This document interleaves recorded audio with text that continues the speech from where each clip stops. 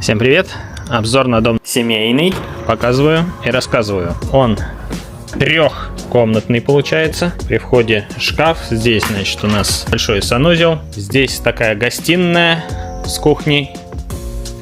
И здесь же 4 дополнительных места. 2 полноценные большие спальни. Вот такие.